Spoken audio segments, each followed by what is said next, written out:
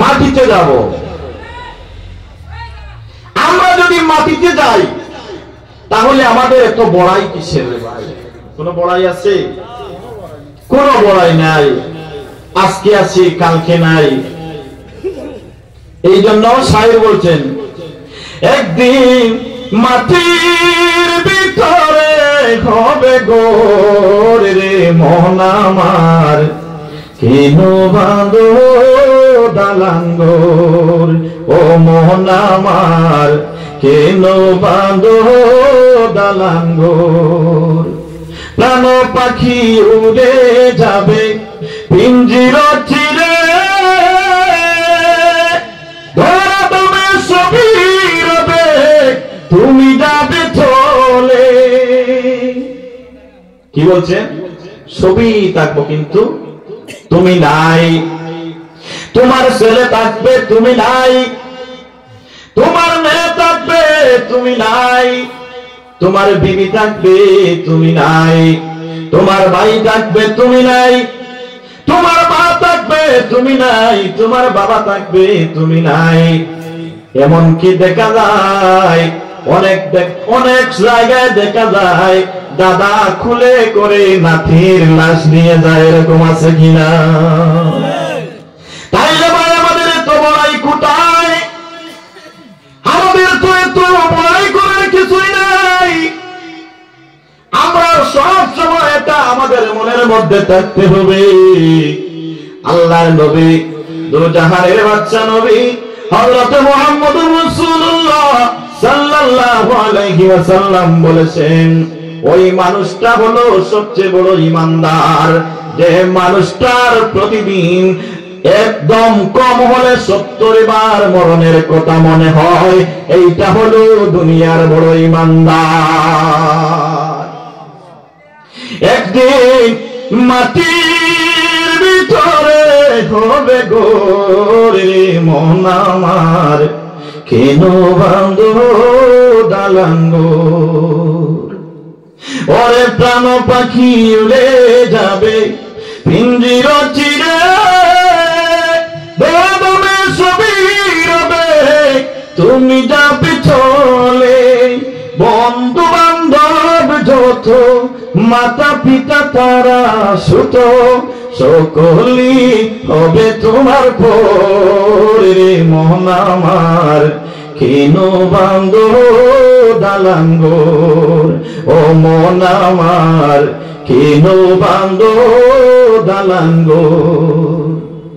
ওরে দেহ তোমার চোর মোচর পচে গলে যাবে, শিরাগুলি ছিন্ন ভিন্ন হবে, দণ্ড মেরুদণ্ড সবই হবে খণ্ড খণ্ড, দণ্ড মেরুদণ্ড সবই হবে খণ্ড খণ্ড। পড়ে রবে মাটির উপরে মন আমার, কেন বাঁধো দালান গোর ও মন আমার, কেন বাঁধো দালান গোর। একদিন মাটির ভিতরে হবে গোরে মন আমার, কেন বাঁধো দালান গোর। বলেন আল্লাহু আকবার। এত দালান কোটা বানানোর দরকার আছে? ও বন্ধু আমার, এত কিছু বানানোর দরকার নাই, এত কিছু বানানোর দরকার নাই। কিন্তু তোমার যে ঘরটা বানানোর দরকার, এটা যদি তুমি দুনিয়ার মধ্যে থেকে বানিয়ে দিতে পারো তাহলে তোমার জন্য হবে মঙ্গল। একটা মানুষের জন্য প্রতিদিন কবর রাখে, বলে আল কবরু তুরাব, আল কবরু তুরাব, আল কবরু তুরাব, আল কবরু তুরাব। কবর ডাকটা বলে, ও বান্দা আমি মাটির গোর, আমি মাটির গোর।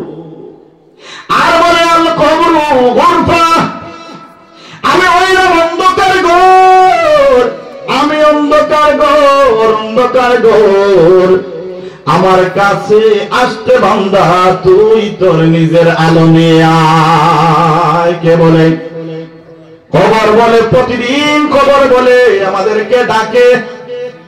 এই জন্য আল্লাহর নবী, দু জাহানের বাচ্চা নবী হযরত মুহাম্মদুর রাসূলুল্লাহ সাল্লাল্লাহু আলাইহি ওয়াসাল্লাম সব সময় একটা দোয়া পড়তেন, আল্লাহুম্মা ইন্না নাউযু বিকা মিনাল আযাবিল কবর, আল্লাহুম্মা ইন্না নাউযু বিকা মিনাল আযাবিল কবর। আল্লাহ বলতে, আল্লাহর নবী বলতেন, আল্লাহ আমার কবরের আযাব বড় ভয় হয়, কবরের আযাব থেকে আমাকে বাঁচাও। ও বন্ধুরা আমার, একটু গভীর মনোযোগ দিয়ে জিনিসটা বুঝেন। আল্লাহর নবীকে আল্লাহ কি দেন নাই? সব কিছু দিয়েছেন, কিন্তু এরপরেও আল্লাহর নবী, দু জাহানের বাদশা নবী হযরত মুহাম্মদুর রাসূলুল্লাহ সাল্লাল্লাহু আলাইহি ওয়াসাল্লাম এই দোয়াটা বেশি বেশি পড়তেন। বলেন আল্লাহু আকবার। আচ্ছা, আল্লাহর নবী যেহেতু এই দোয়াটা পড়তেন কবরের আযাবের জন্য, কবরের আযাব থেকে মুক্তি পাওয়ার জন্য, আল্লাহর নবীর কি কোনো কবরে আযাব হবে? কিন্তু এরপরেও বয় ছিল, কবরের বয় ছিল, কিন্তু আমাদের বয় নাই। আমাদের বয় আছে? আমাদের কোনো বয় নাই। অবন্ধুগণ আমার, কবরের মধ্যে যে সময় মানুষকে রাখা হয়, এই সময় দুনিয়ার কোন মানুষ ওই বান্দাটার কি হয় মানুষ জানে না, কিন্তু মানুষ ব্যতীত অন্য যা আছে সব কিছুই মুর্দার কবরের হাল বুঝতে পারি। বন্ধুগণ আমার, কবরে তো সোজা ব্যাপার নয়। কবর হলো অনেক কঠিন, অনেক কঠিন কবর, অনেক কঠিন। মানুষ যেই দিন মারা যায় এই দিন থেকে তার কবরের, তার জাহান্নামী যদি হয় জাহান্নাম আরম্ভ হয়ে যায়। যদি মানুষ জান্নাতি হয় তার জান্নাত আরম্ভ হয়ে যায়। ও বন্ধুরা আমার, আমি এত কষ্ট করি, এত টাকা রোজগার করলাম, কিন্তু যেই দিন আমি কবরে চলে যাব এই দিন আমার সঙ্গী তো কেউ হবে না। ও বন্ধুগণ আমার, একটু ভালো করে দেখবেন, কোন মানুষ যদি মারা যায় আপনাদের এলাকায়, যদি আপনারা তো সবাই পুরুষ মানুষ, যদি কোনো পুরুষ মানুষ মারা যায় একটা জিনিস আন্দাজ করবেন, যদি মানুষটা যদি দুনিয়ায় ভ্রমণ করে দেখবেন মানুষটা মারা যাওয়ার পরে তার মুখের মধ্যে হাসি হাসি ভাব দেখা যায়। যায় কি যায় না? আমি অনেক দেখেছি। আর কোন শহীদাচারী মারা গেলে তার মুখটা কালো হয়ে যায়, আছে কিনা? কেউ কি দেখেছেন? আমি ভুল বলছি? অবন্ধনের কারণ হলো যেই সময় মানুষের কাছে চলে আসে ওই সময় বড় ভয় পায়, যদি বান্দা জাহান্নামী হয়, গুনাহগার হয়, এমন একটা রূপ নিয়ে আজরাইল তার কাছে চলে আসে। ওই সময় ডাক দেয়া বলে, ও আজরাইল, আজরাইল তুমি আমার কাছে কেন চলে আসছো? আমাকে একটু সময় দাও, আমি আজ থেকে ভালো হয়ে যাব। আজরাইল কি কোনো সময় দিবে? আজরাইল তো কোনো সময় দিবে না। কিন্তু বান্দা যদি নেককার হয় সে কি বলে শোনো? সে বলে, ও আজরাইল, ওয়েলকাম ওয়েলকাম, তাড়াতাড়ি এসো। আমার এই জমিনে ভালো লাগে না, এই জমিনে ভালো লাগে না। আমি তোমার জন্য অপেক্ষা করতেছি, তোমার জন্য অপেক্ষা করতেছি। আমি আমার বন্ধুর সঙ্গে সাক্ষাৎ করতে চাই। জোরে জোরে বলেন না আল্লাহু আকবার। বন্ধু বন্ধুর বাড়ি যাইতে কি ভয় পায়? কিন্তু হঠাৎ যদি আপনার উপরে কেস পড়ে যায়, এই সময় যদি থানায় যাওয়া লাগে, মনে কি আসে? বলেন না, কি আসে মনে? এই সময় তো লাম্বিং ফরগেটিং হয় কি হয় না? ও বন্ধুগণ আমার, বন্ধু যেইভাবে বন্ধুর বাড়ি যাইতে ভয় নাই, খুশি মনে চলে যায়, বান্দা যদি নেককার হয়, যদি আল্লাহওয়ালা হয়, তাহলে আজরাইলকে ভয় পায় না, আজরাইলকে নিষেধ করে না। বান্দা আজরাইলকে ওয়েলকাম বলে আজরাইল এই দুনিয়ায় আমার বেশি ভালো লাগে না, আমার ভালো লাগে না, তুমি আমার বন্ধুর সঙ্গে সাক্ষাৎ করিয়ে দাও। আল্লাহর নবী বলেন, যে মুমিন, যে মানুষ মুমিন হতে হয়ে মরতে পারলো, এটা যেমন তার একটা সেতুর মতো, এই পারে সে মারা গেল, ওই পারে সে জান্নাতে চলে গেল। বলেন আল্লাহু আকবার।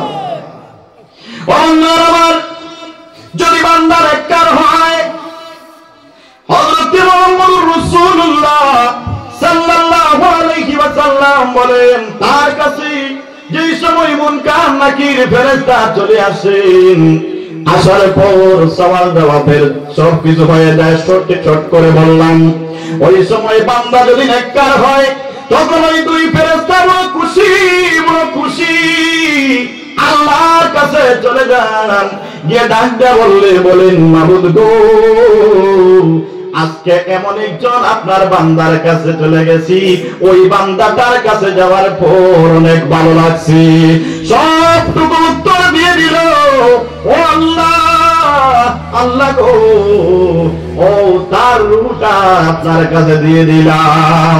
আল্লাহ বলেন, ও ফেরেশতারা রে, তোমরা এক কাজ করো, ওই রূহটা আমার কাছে দেওয়ার দরকার নাই, তার যে এতিম করে তার পিঞ্জিরাটা রেখে এসেছে কবরে, তার কবরের মধ্যে তার পিঞ্জিরার কাছে, তার বডির কাছে দিয়ে দাও, আর তোমরা জান্নাতের মধ্যে চলে যাও, জান্নাত থেকে জান্নাতি পোশাক নিয়ে চলে আসো, আর আমার বান্দাকে তার সাদা পরনের কাপড়টা খুলিয়ে দিয়ে জান্নাতি পোশাক পরিয়ে দিয়ে আসো, আর জান্নাত থেকে একটা রাস্তা করে দাও, সে যেন কবরে থেকে সে জান্নাতের নাজ নিয়ামত সব কিছু পায়। বলেন আল্লাহু আকবার।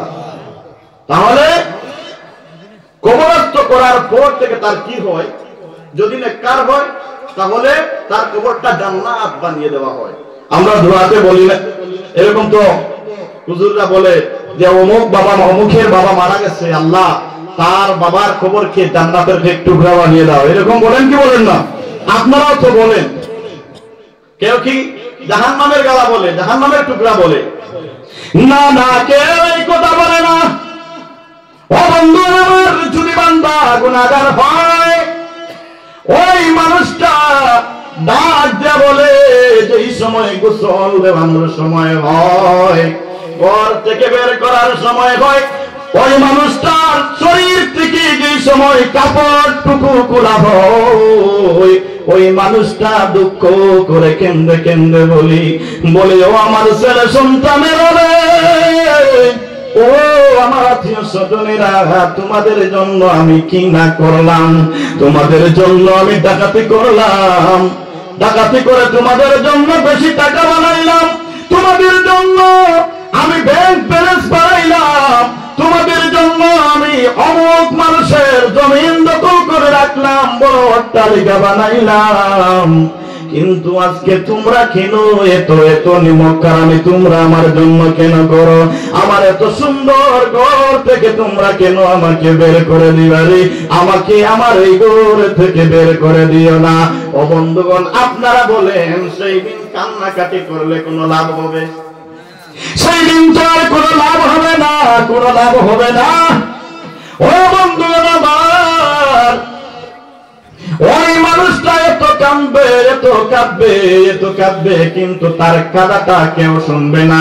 যেই সময় গোসল দেওয়ানো হয়, ওই সময় ওই মানুষটা বলে, ও আমার ছেলে সন্তানেরা রে, তোমরা আমাকে গোসল দিতেছ, আমি বুঝতে পেরেছি, এই শেষ গোসলটা দিয়ে তোমরা আমাকে অন্ধকার কবরে নিয়ে যাইবা। আরে তোমরা আজকে কেন এত নিষ্ঠুর হইলা? কেন এত নিষ্ঠুর হইলা রে? কেন এত নিষ্ঠুর হইলা? কেন এত নিষ্ঠুর হইলা? ও বন্ধু আমার, এইভাবে যদি আমরা গুনাহগার হই, আমরা কাঁদবো, কিন্তু সেই দিনের কাঁদা কেউ শুনবে না।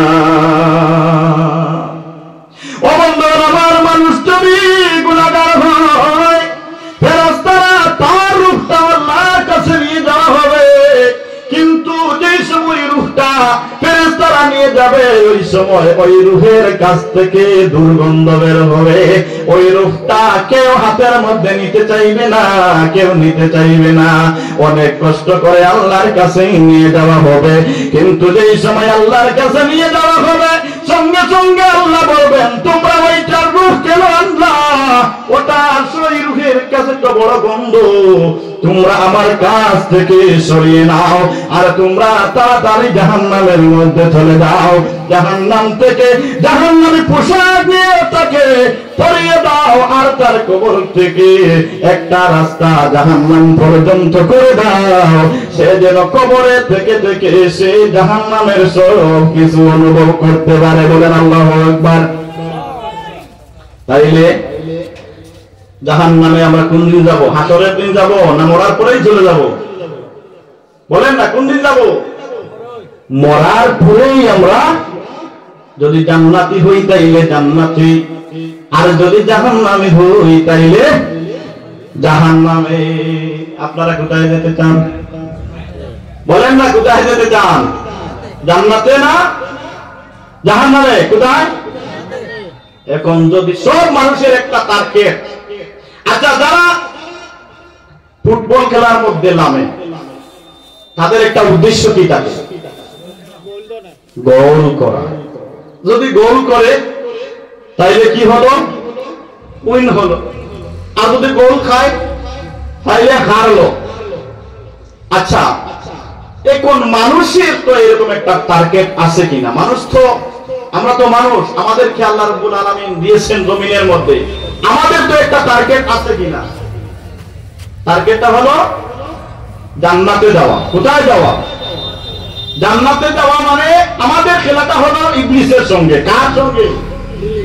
ইবলিসের সঙ্গে আমাদের খেলা।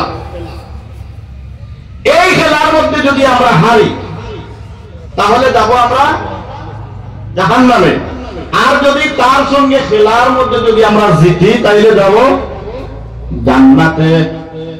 ও বন্ধুগণ আমার, এই যে আমাদের যদি জান্নাত পেতে হয় তাহলে আমাদের কিছু করণীয় আছে কিনা? আল্লাহ রাব্বুল আলামিন বলেন, ও নবী আপনি বলে দেন, আপনি বলে দেন, তারা যদি দুনিয়ার মানুষ যদি আমাকে পেতে চায় ফাত্তাবিউনি, তারা যেন আপনার ইত্তেবা করে। জোরে জোরে বলেন না আল্লাহু আকবার। ও আমার নবীর ইত্তেবা ছাড়া কোনো সময় জান্নাতে যাওয়া যাবে না। নবীর সুন্নতকে ছেড়ে কোনো সময় জান্নাতে যাওয়া যাবে না। আল্লাহর নবী হযরত মুহাম্মদুর রাসূলুল্লাহ সাল্লাল্লাহু আলাইহি ওয়াসাল্লাম বলেন, মান আতানি দাখালাল জান্নাতা ওয়া মান আসানি ফাকাদ আবা। বলেন আল্লাহু আকবার। আল্লাহর নবী বলেন, যে আমার সুন্নতের অনুসরণ করলো সে মুমিন হলো, আর যে আমার সুন্নতের অনুসরণ করবে না সে জান্নাতে যাবে কিনা এটার মধ্যে সন্দেহ আছে। এটার মধ্যে কি আছে? সন্দেহ আছে। মুমিন আমরা কালেমা পড়লাম, মুসলমান হলাম, কিন্তু মুমিন হতে পারলাম না। মানুষ মুমিন হবে যতক্ষণ পর্যন্ত আল্লাহর নবী দুজাহানের বাদশা নবী হযরত মুহাম্মদুর রাসূলুল্লাহ সাল্লাল্লাহু আলাইহি ওয়াসাল্লামের সুন্নতের পাবন্দি হবে, এই দিন বান্দা মুমিন হবে। বলেন আল্লাহু আকবার। নবীজি বলে দিয়েছেন, ফামান রাগিবা মিন সুন্নতি ফালাইসা মিন্নি। আল্লাহ নবী বলেন, যে আমার সুন্নত আদায় করলো না সে আমার উম্মতের মধ্যে না, সে আমার উম্মতের মধ্যে না। এখন নবীর উম্মত হইতে হইলে আমাদের কি হওয়া দরকার? কি করা দরকার? নবীজি সুন্নত আদায় করা দরকার।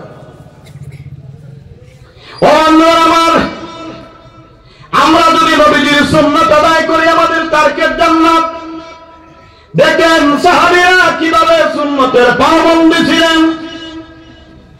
একজন সাহাবী যার নাম ছিল হযরতে সাদ। ওই সাদ একদিন রাস্তার পাশে বসে বসে কাঁদতেছে। নবীজি পিছন দিয়ে চলে আসলেন, এসে সাদকে এইভাবে ধরলেন। সাদকে ধরে বললেন, ও সাদ, সাদ রে কেন কান্দো? কে বলেছেন? নবীজি বলেছেন, সাদ, সাদ রে কেন কান্দো, তোমার কি হয়েছে? কিন্তু এর আগে আল্লাহর নবীর মুখ থেকে সাদ একটা সুন্নতের কথা শুনেছিলেন, যে এই সুন্নতটা সাদের বাকি ছিল। শুনবেন তো? কে কে শুনতে আছেন? কে কে শুনতে রাজি আছেন? একটু হাত তুলে দেখান। কিন্তু একটা সুন্নতের জন্য সাদে বড় কান্দে, সাদে বড় কান্দে।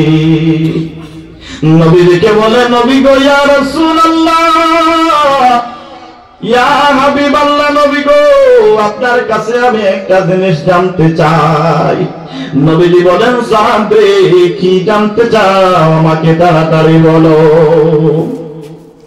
হযরত সাদ বলেন, নবী গো, আমি আপনার একটা হাদিস শুনেছি, আপনি বলেছেন, আন-নিকাহু মিন সুন্নতি ফামান রাগিবা মিন সুন্নতি ফালাইসা মিন্নি। নবী গো, এটা কি আপনার হাদিস? নবীজি বলেন, সাদ রে এটা তো আমার হাদিস, কথাটা সত্য।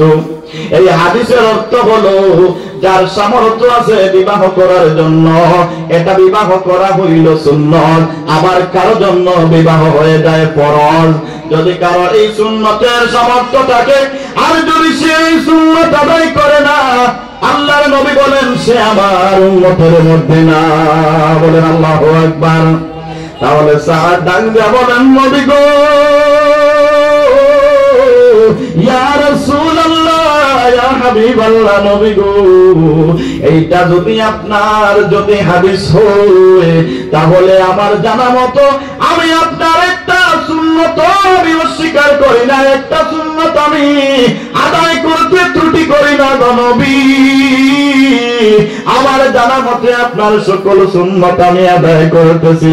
কিন্তু নবী গো, আজকে তো আমার 35 বছর বয়স হয়ে গেল, ও নবী, আপনার এই সুন্নতটা তো আমি আদায় করতে পারলাম না। ও নবী, আপনি আমাকে বলেন না, এই সুন্নতের কারণে কি আমি জাহান্নামে যাব? আল্লাহর নবী ডাক দিয়ে বলেন, সাদের,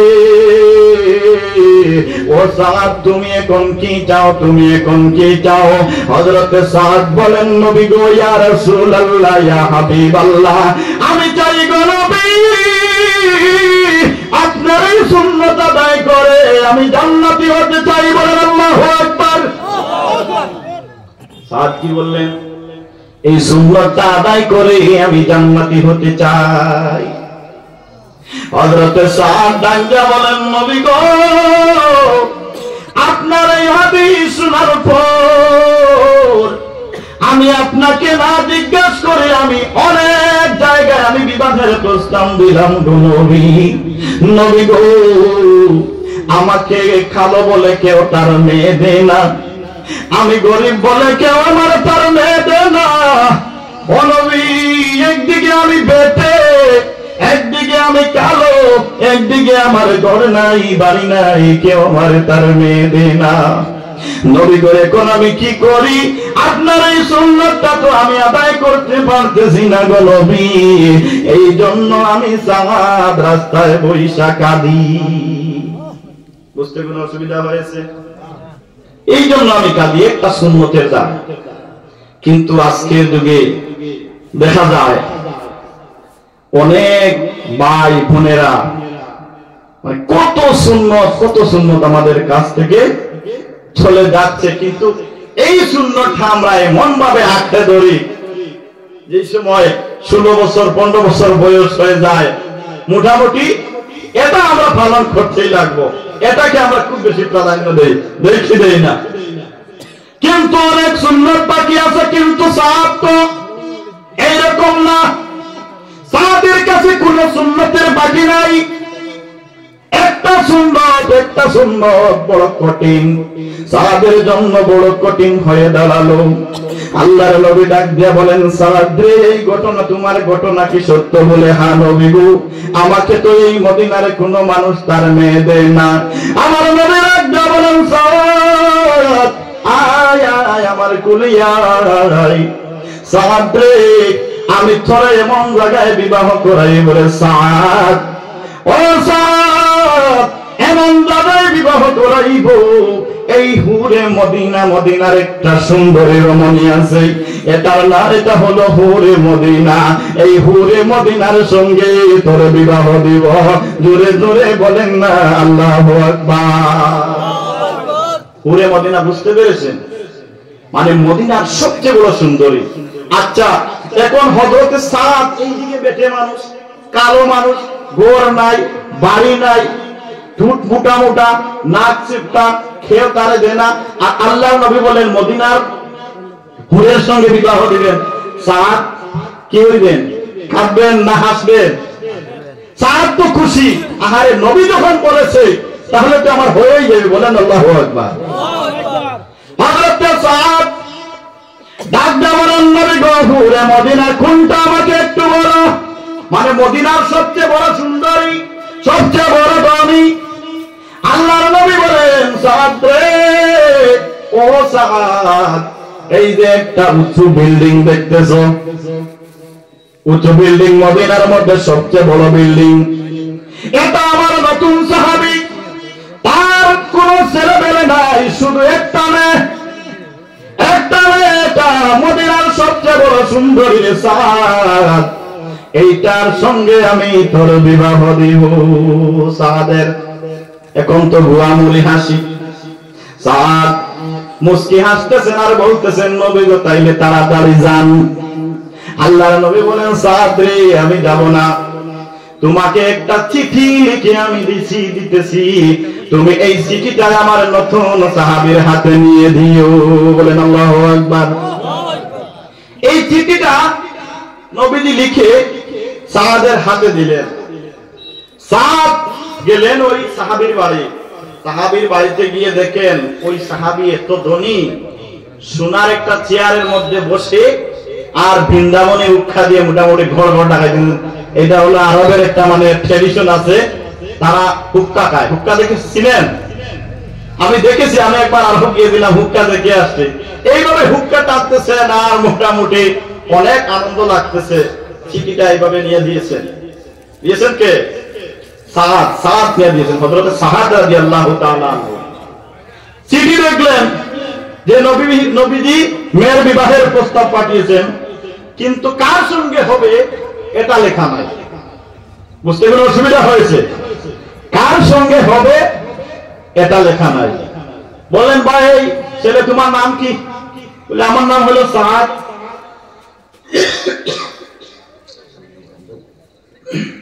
আমার নাম সাদ। বলে, এই চিঠিটার মধ্যে দেখছি তো আমার মেয়ের বিবাহের কথা লেখা, কার সঙ্গে বিবাহ? সাদ বলেন, আরে আমার সঙ্গে বিবাহ দিবেন, আর কার সঙ্গে? তা আমি আপনার জামাই। ওই সাহাবীর তো মিজাজ একদম গরম হয়ে গেছে। আরে ছেলেটা বলে কি, এইদিকে কালো চিকচিকে, খাওয়া থেকে আরো কালো। নাইজেরিয়ার মানুষ তো দেখেছেন আপনারা কেমন কালো, অনেক কালো। আর এদিকে বেটে মানুষ, বয়স হয়ে গেছে 35-40, এইভাবে দেখা যাচ্ছে। ওই সাহাবীর তো মানে মিজাজ গরম হয়ে গেছে। সাহাবী বললেন, তোমার নাম কি? বলে, আমার নাম সাদ। তোমাকে কে পাঠিয়েছে? আল্লাহর নবী পাঠিয়েছেন। ওই সাহাবী বলেন, তুমি আমার বাড়ির থেকে বের হয়ে যাও, আমার বাড়ির থেকে বের হয়ে যাও। মিজাজ গরম। এইবার সাদ ভয় পেয়ে গেলেন, ভয় পেয়ে কান্না করে করে বাড়ি থেকে বের হয়ে যাচ্ছেন। কিন্তু বন্ধুগণ আমার, দেখেন ইমানদার কাকে বলে, ইমানদার কাকে বলে। আজকালকার মেয়েরা তাদের ট্রেডিশন কি, আর সেই সময়ের নারীদের তাদের কোয়ালিটি কি ছিল, ওই কথাগুলা কিন্তু ওই হুরে মদিনা সব কিছু শুনছে। ওই ছেলেটাকে দেখেছে, ওই ছেলে স্যার কান্না করে করে বাড়ি থেকে বের হয়ে গেছে। একটু জিকির করেন লা ইলাহা ইল্লাল্লাহ, লা ইলাহা ইল্লাল্লাহ।